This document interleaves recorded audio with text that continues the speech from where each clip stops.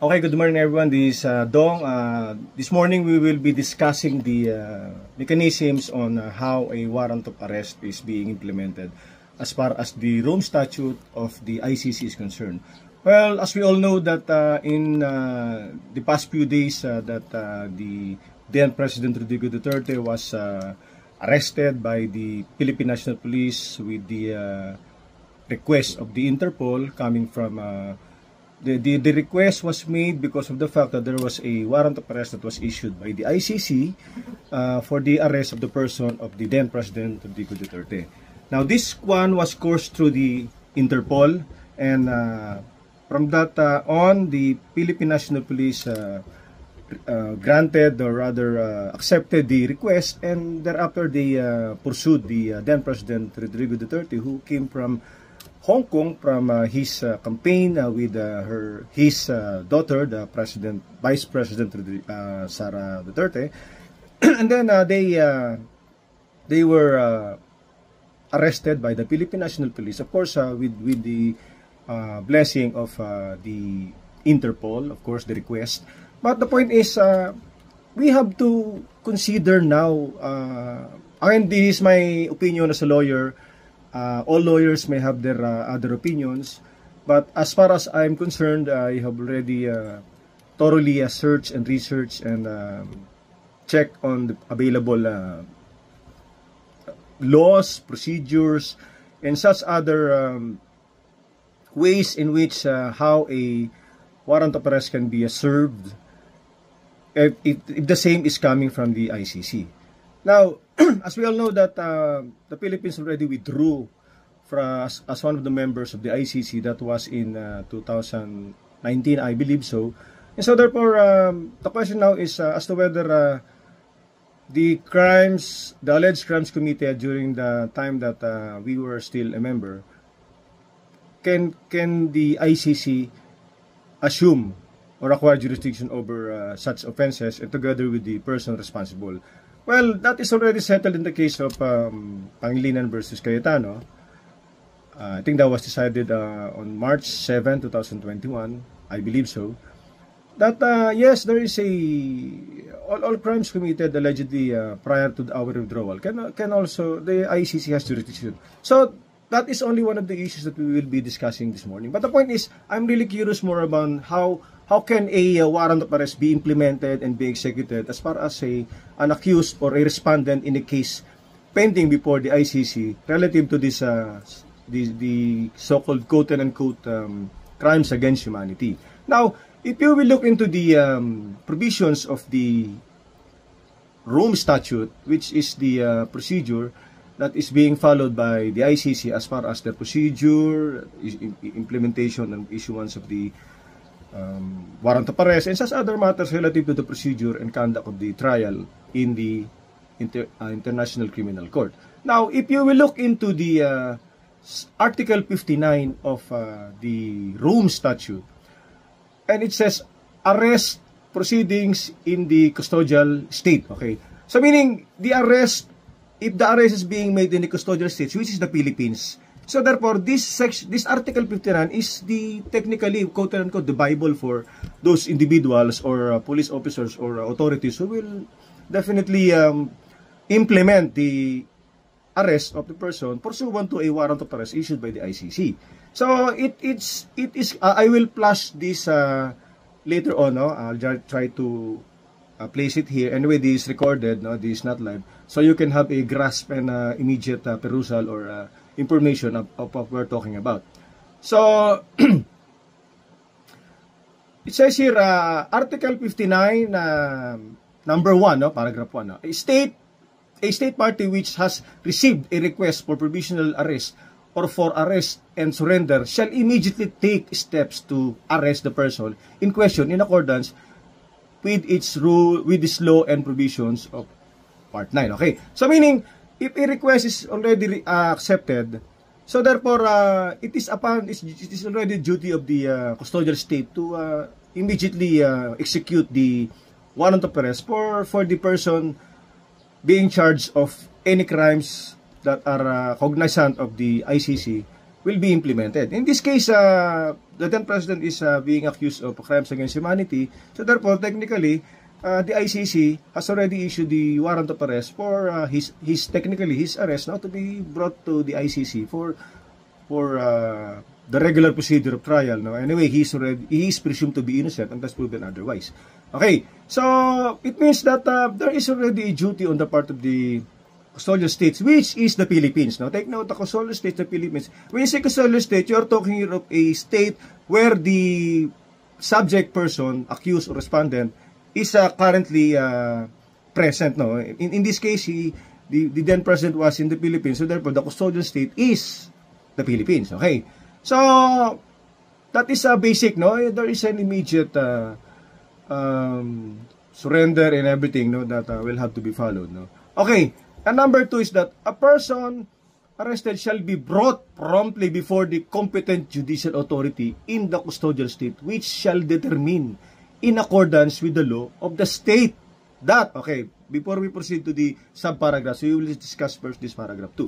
So meaning, if the person is arrested, the person, like the then President Duterte, should be brought, take note, the Article 59 says that brought promptly meaning mabilisan to, no? Hindi yung you cannot just simply detain him on a short period of time and then just wait for a while and then talk and discuss and everything. So the article speaks of promptly, no?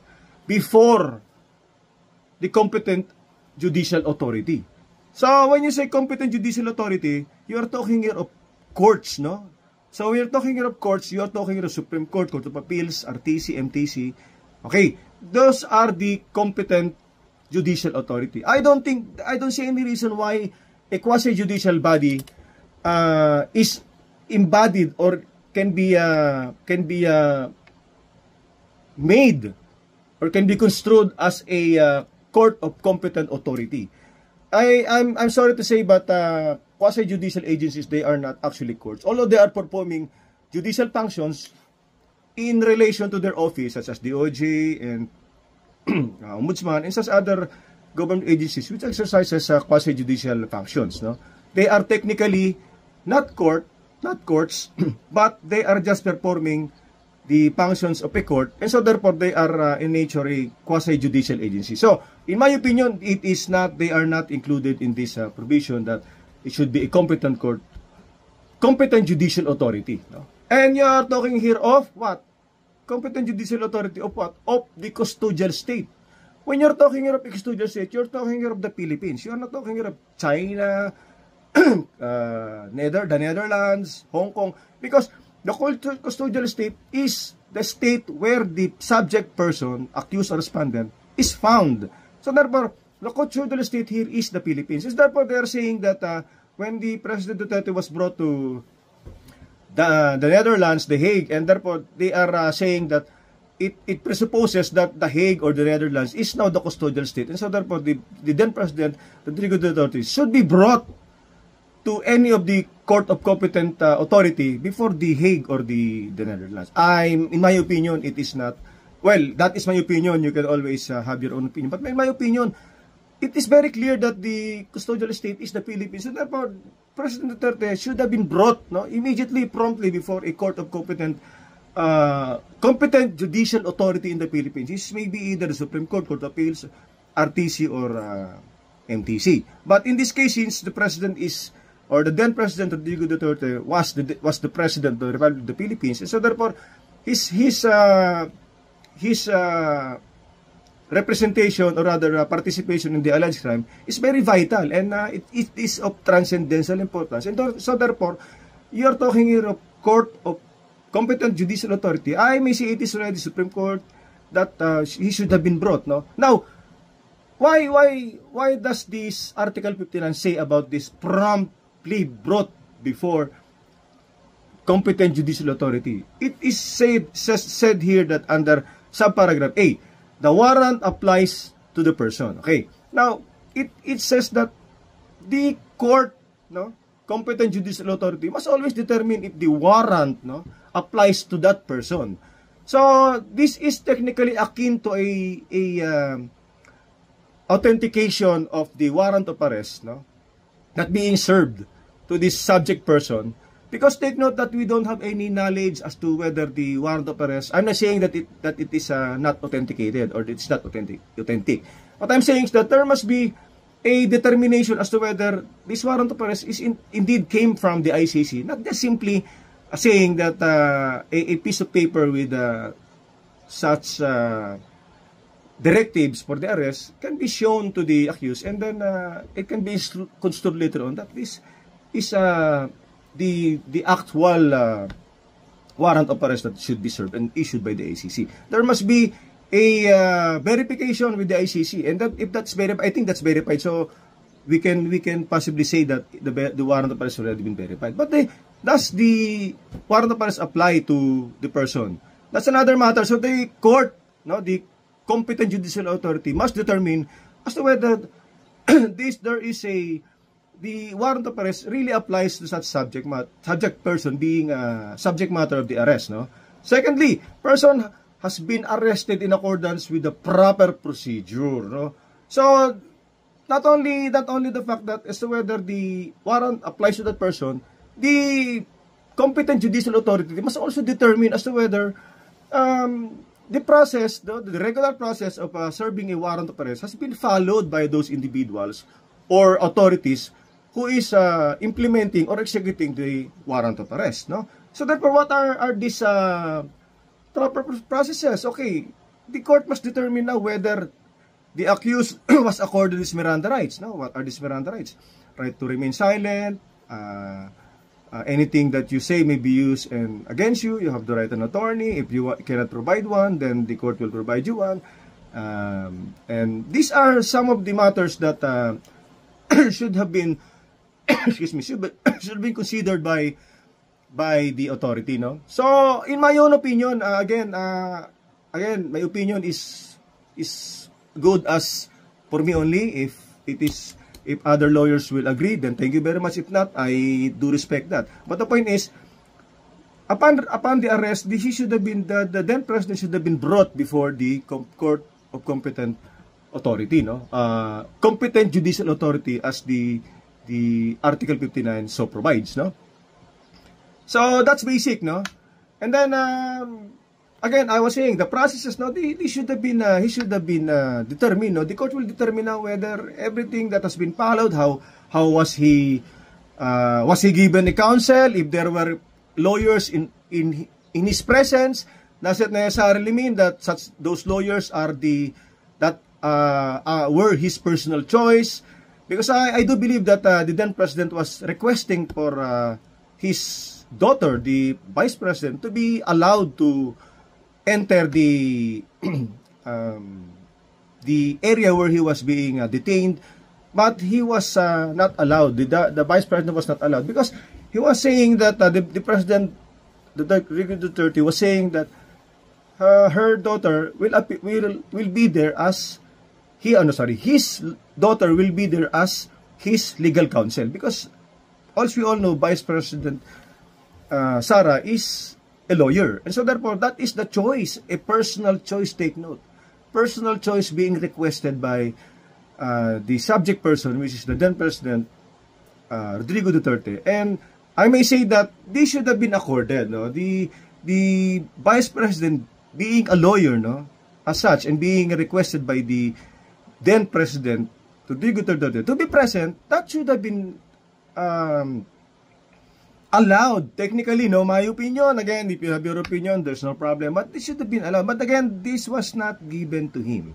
This was not given to him. So therefore, these are matters that should be determined by the competent judicial authority, no? Again, okay, so we will skip that. Medyo humahaba tayo. Sa paragraph, subparagraph C, no? Person's right have been respected. No, if you're talking here of person's right, I am in the conclusion, no, in my opinion, that you're talking here of rights of the accused. And if you're talking here of the person's rights or right of the accused, take note that the Rogue Statute speaks of laws that are available to the person in the custodial state. So if you will look into what are these the rights of the accused, So these are already embodied in the Constitution of the Republic of the Philippines, no? Because this is the repository or basis of the rest of the use, no? So this is the been respected. And what are these? So, right to remain silent, or right to due process, no? Right to speedy trial, right to legal representation, no? Right to confront witness. Although some of these are already far-fetched because this already speaks of already a full-blown trial. Now again, we will in so continuing, we will just continue. Right to notice of charges, no? Yes, that's basic. when the president was served the warrant, he should have been accorded the right to know what are the charges. And that's very basic, no? So whatever information or complaint or articles of complaint, I don't know how it is being termed in the ICC, that should have been presented or brought before the court so that the court now will determine as to whether the warrant of arrest indeed has basis, no? And such notice of charges will now be the basis for saying that indeed the warrant of arrest is valid, lawful, and should be implemented or should be executed, no? Okay, right to present evidence. Again, this is already far-fetched. Right for a fair and impartial, right to bail, no? Protection against cruel and unusual punishment, so on and so forth, no? Right against self-incrimination, right against double jeopardy. So these are very basic, no? Although some of them already should be in the context of the full-blown trial. However, some of them are already should have been accorded right to remain silent, right to due process. You know, technically, when you say of due process, we are talking here of a procedural and substantive due process, no? Procedural, you are talking here of the laws that procedurally being followed by courts, no? Not just in the Philippines, but also in international venues or forum, no? So you're talking here of the Rome Statute. This is a so-called procedural due process, no? When you say procedural due process, it's still part of the guaranteed rights under the Constitution that no person shall be deprived of life, liberty, or due process of law, no? So, if you did not accord a person being arrested pursuant to a warrant of arrest of the ICC of this procedural rights, therefore, such person is now deprived of his right to due process because procedural right and substantive right, these are synonymous to each other and should be followed, no? Substantive due process, these are already matters that should be followed as far as existing laws are concerned. So, substantive rights yun, no? So yun, procedural and substantive rights, no? So basic po yan, no? So again, going back, no, to our discussion, no? Okay, number 3, person arrested shall have the right to apply to the competent authority in the custodial state for an interim release pending surrender. No? So meaning, the person being arrested, as in this case, the then president, has all the right to request for, as we are saying here, interim release pending surrender. No? So meaning,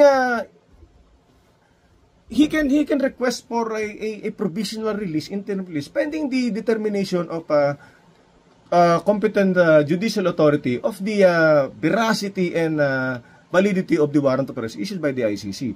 That should have been accorded, okay? Should have been, that's my opinion, no? Should have been accorded. So therefore, the court now will determine as to whether what are these grounds. The accused may be flight risk, okay? He can influence the witnesses, okay? And he can possibly tamper evidence, no? So these are the things that should be considered. Of course, his health, no? We all know that the then president is celebrating his the forthcoming 80th birthday, you know, I think this month, no? So this should be considered, no? Health reason is one of those things that should be considered as one of the grounds for this quote-unquote interim release pending surrender. Okay, number 4, going, a searching decision may, at any such application, the competent authority in the custodial state shall consider whether, given the gravity of the alleged crime, there are urgent and exceptional circumstances to justify interim, no, release, and whether necessary safeguards exist to ensure that the custodial state can fully, can fulfill its duty to surrender a person to the court. No, it shall not be open to the competent authority the custodial state to consider whether a warrant of arrest was properly issued in accordance with Article 58, no? So meaning, these are the things that should be followed, no? Consider, no, parang going back lang sa discussion earlier, no? So ito na, medyo lalayo na tayo, so siguro medyo hihinto na tayo rito. The pretrial chamber shall be notified, yan, okay. So they will be notified now of the request for the interim release and shall make recommendation to the competent authority in the custodial state. So meaning, the competent judicial authority here should now determine, should now communicate the findings of a possibility of issuance of a interim release, no, of the person subject matter of the arrest, no, to the ICC, no, for their proper evaluation and recommendation if the same should be approved, no.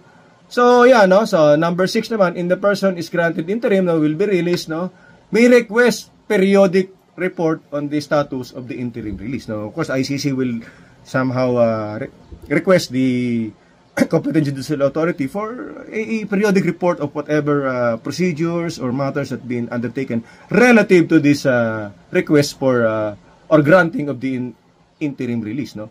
Okay, 7. Once ordered to be surrendered by the custodial state, the person shall be delivered to the court as soon as possible. Okay, so meaning, before a person subject matter of an arrest by a warrant of arrest issued by the ACC, this should be followed. And the 7th paragraph thereof says that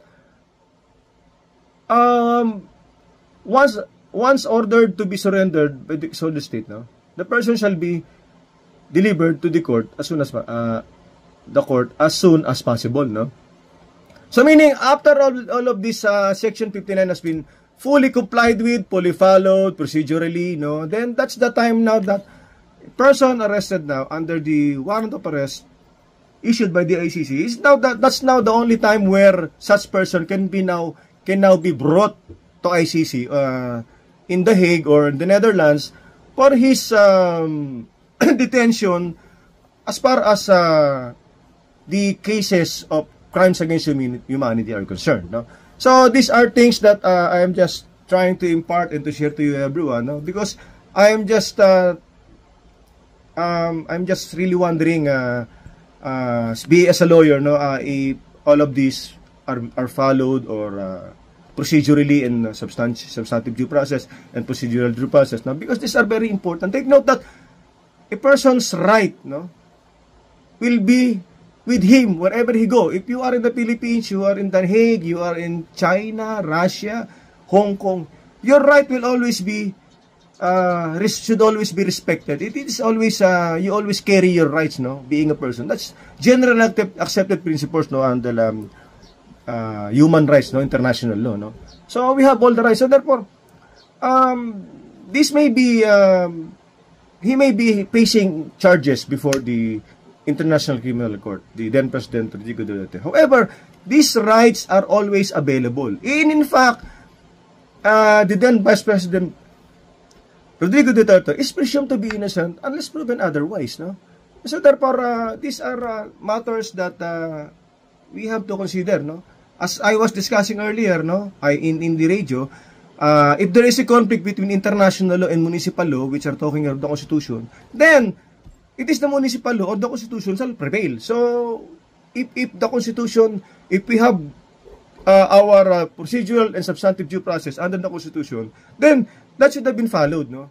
But again, this is my opinion. I'm just trying to impart what I know as a lawyer. But if you have your opinion, thank you very much. You can always share it, or you can always have your comment down below, no?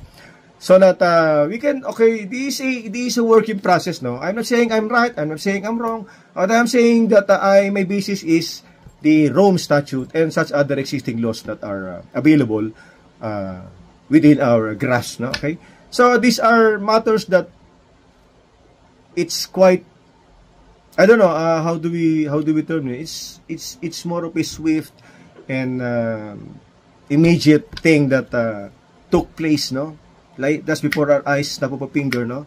But then again, of course, these are procedural rights, or rather procedural measures that are made by the PNP. Then of course we have to respect that, no?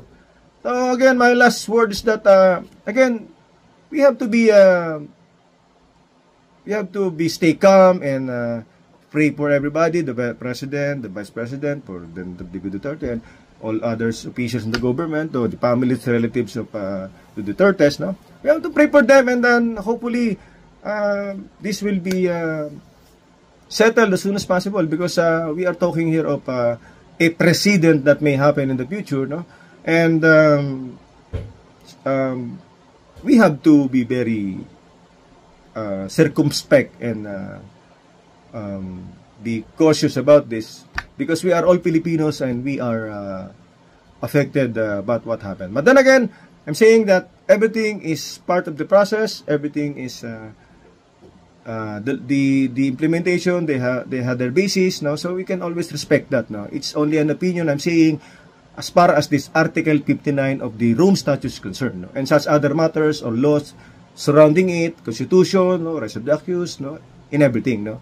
So we are not delving more on the jurisdiction of the ICC, because it's already settled in the case that I mentioned earlier, no, case of Kiko Pangilinan versus Peter Cayetano, no, of the Supreme Court. No, it's already settled, no. We can no longer say that there is no jurisdiction. No, there is no jurisdiction, but technically there are pending petitions for the issuance of writ habeas corpus with the Supreme Court. So we can no longer discuss the merits, although I have no knowledge as to what are the contents and what are the allegations found in these petitions. But nevertheless, we can no longer discuss this, because it's already sub judice rule, no? Because it's already before the Supreme Court, and we will respect that. Being an officer of the court, I will do respect that. So thank you very much. I just hope that you have learned something. And again, opinion is my opinion. If you have your own opinion, no problem about it. You can always share it or comment down below. And thank you very much. Have a good day, and God bless the Philippines. God bless everyone. Stay safe. Bye.